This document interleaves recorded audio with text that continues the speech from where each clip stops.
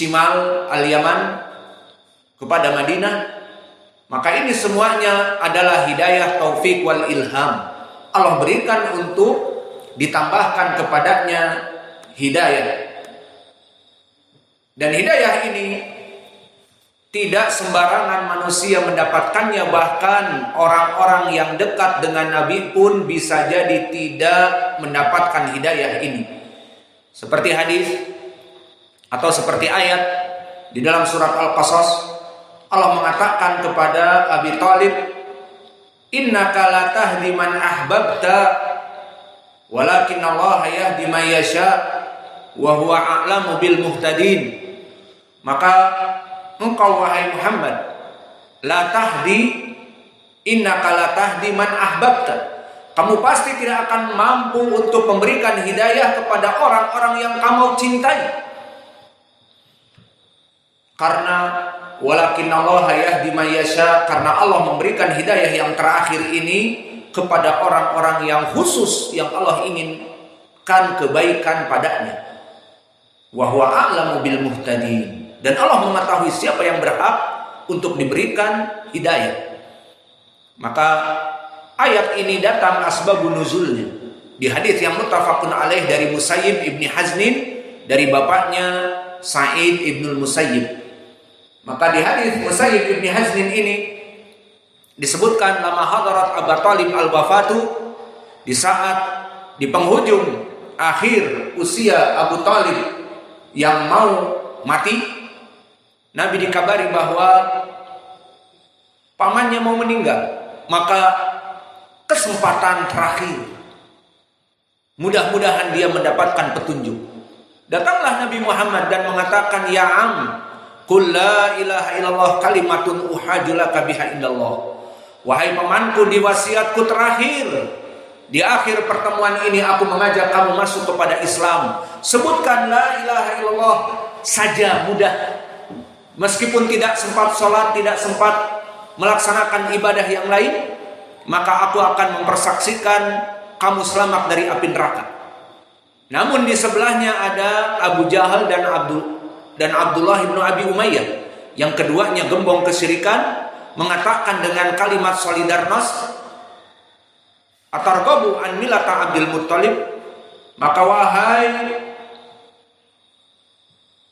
Abu Thalib, apakah kamu akan meninggalkan agama kita, agama kecil kita, dan dengan agama ini kita menjadi Sanadid Quraisy, menjadi Quraisy yang besar. Semua orang di Arab ini dan Ajam datang untuk kepentingan haji dan umrah, bertemu dengan kita Quraisy yang agung.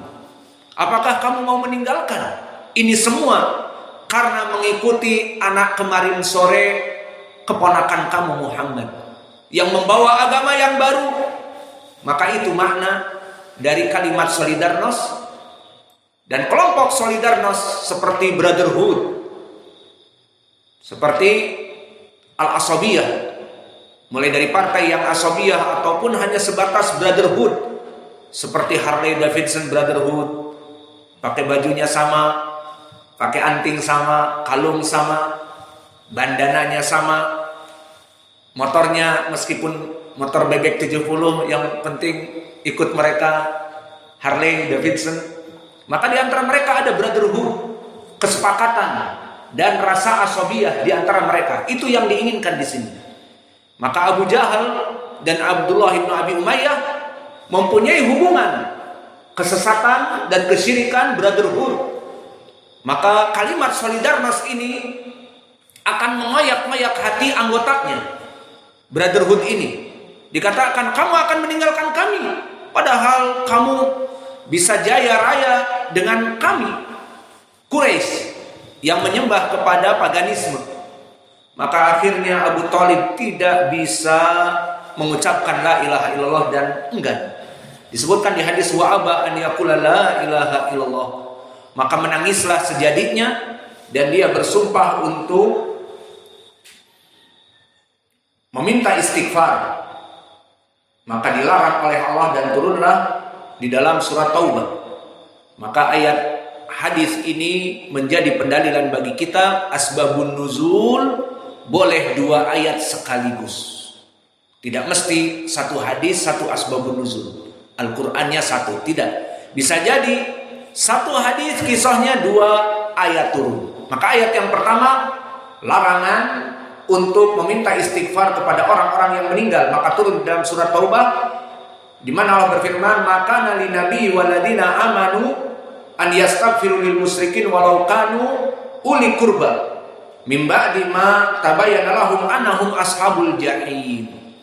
Maka tidak boleh bagi kaum muslimin dan para nabi yang mana mereka mendoakan untuk orang-orang yang musyrik walau kanu uli qurba, meskipun dari kerabatnya, seperti di sini pamannya. Catatannya apa? Mim ba'di ma tabayyana lahum annahum ashabul jahim. Dengan catatan telah diketahui bahwa dia mati dalam keadaan kesyirikan, tidak boleh. Maka dilarang Nabi untuk beristighfar kepada Abu Thalib. Turun ayat dari hadis yang satu. Turun ayat yang kedua. Adapun tentang Abu Thalib, maka turun ayat di dalam surat Al-Qasas tadi, innaka la tahdi man ahbabta walakinallaha yahdi may yasha. Maka kamu tidak bisa memberikan hidayah kepada siapa yang kamu inginkan, wahai Muhammad. Emangnya kamu seorang nabi kemudian kunci surga ada di tanganmu? Semua kerabat-kerabat kamu bisa dijadikan penghuni surga, enak saja. Maka dalam permasalahan hidayah tidak ada hak veto kecuali hak Allah Jalla wa'ala. Berbeda dengan kekuasaan nepotisme, seperti bapaknya presiden, maka anaknya gubernur, dan keponakannya bupati, dan anak keponakannya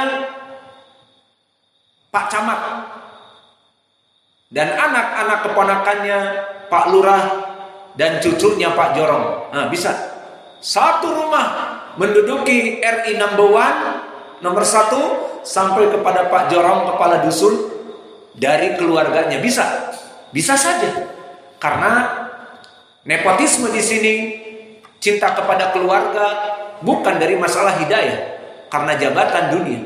Bisa jadi. Adapun permasalahan hidayah, mentang-mentang dia Rasul Muhammad ini, maka pamannya yang dicintai Abu Thalib masuk surga. Pamannya yang dicintai semuanya, bahkan bapaknya Abdullah masuk surga, dan ibunya masuk surga. Tidak. Allah jadikan pamannya tidak masuk surga dan bapak ibunya tidak masuk surga. Di hadis-hadis yang panjang, bukan sekarang pembahasannya. Maka di sini hidayah yang terakhir, hidayah taufik wal ilham, di mana semua manusia diharapkan untuk masuk kepada Islam, itu tidak semuanya bisa menerima.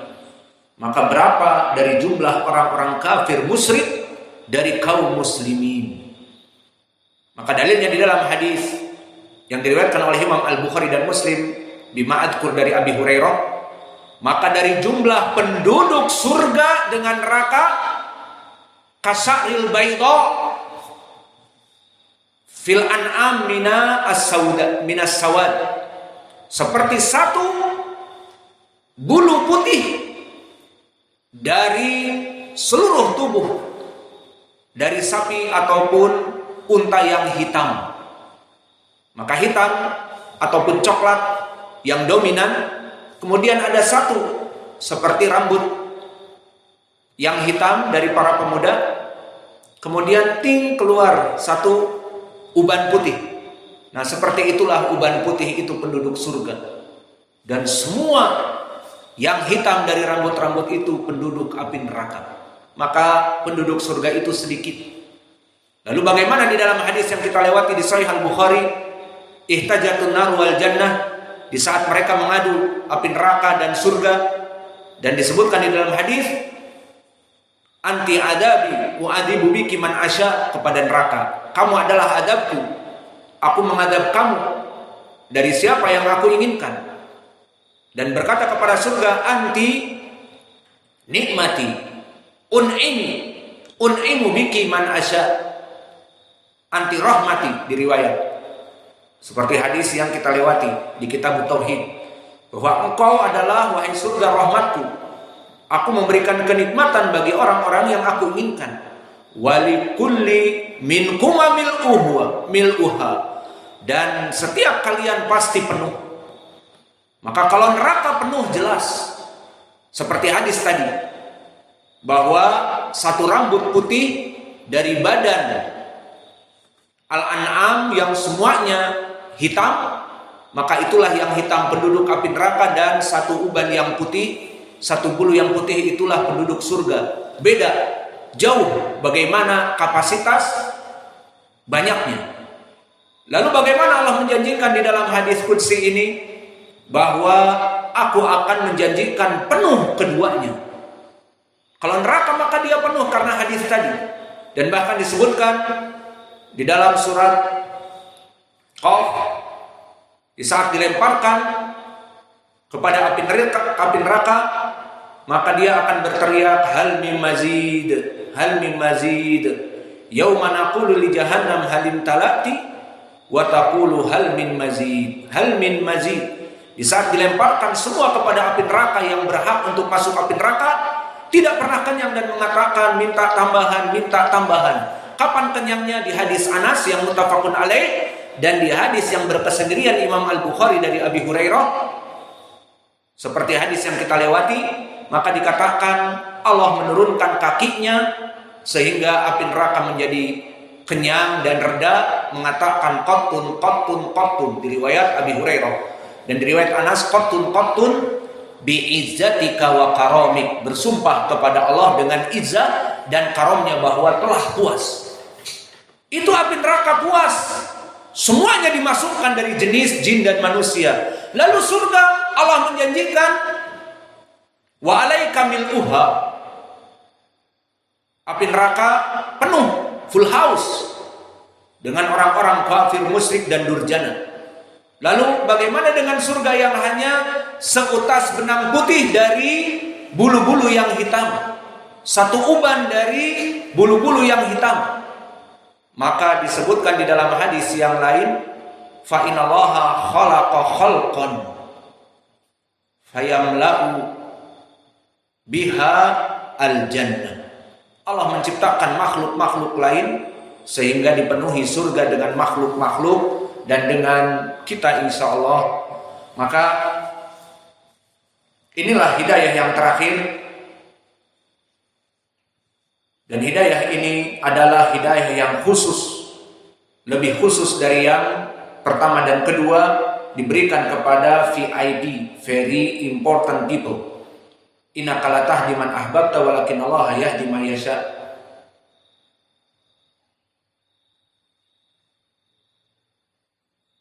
Oleh sebab itu, di dalam ayat yang lain, meskipun seseorang berusaha untuk mendapatkan hidayah dengan dia dekat dengan kerabat ustadz, atau dia bahkan mempunyai anak ustadz, namun kalau memang Allah tidak menginginkan untuk mendapatkan hidayah, dia tidak akan pernah mampu. Maka seperti ucapan Allah di dalam Al-Quran, intahris ala hudahum fa innallaha la yahdi man yudil wa malahum min nasirin. Maka di dalam ayat ini, intahris ala hudahum, jika kamu berusaha untuk memberikan kepada mereka hidayah, fa innallaha la yahdi man yudillu, sesungguhnya Allah tidak akan pernah memberikan hidayah kepada orang-orang yang tersesat, wa malahum min nasirin, dan tidak ada bagi mereka dari penolong kelak di hari kiamat dan di hari akhirat. Maka dari ayat ini wajib bagi kita ya ibadallah untuk bersyukur kepada Allah. Syukur atas nikmat hidayah pertama Islam. Lebih spesifik lagi, bersyukur atas hidayah Islam yang masuk kepada manhaj firqah an-najiyah.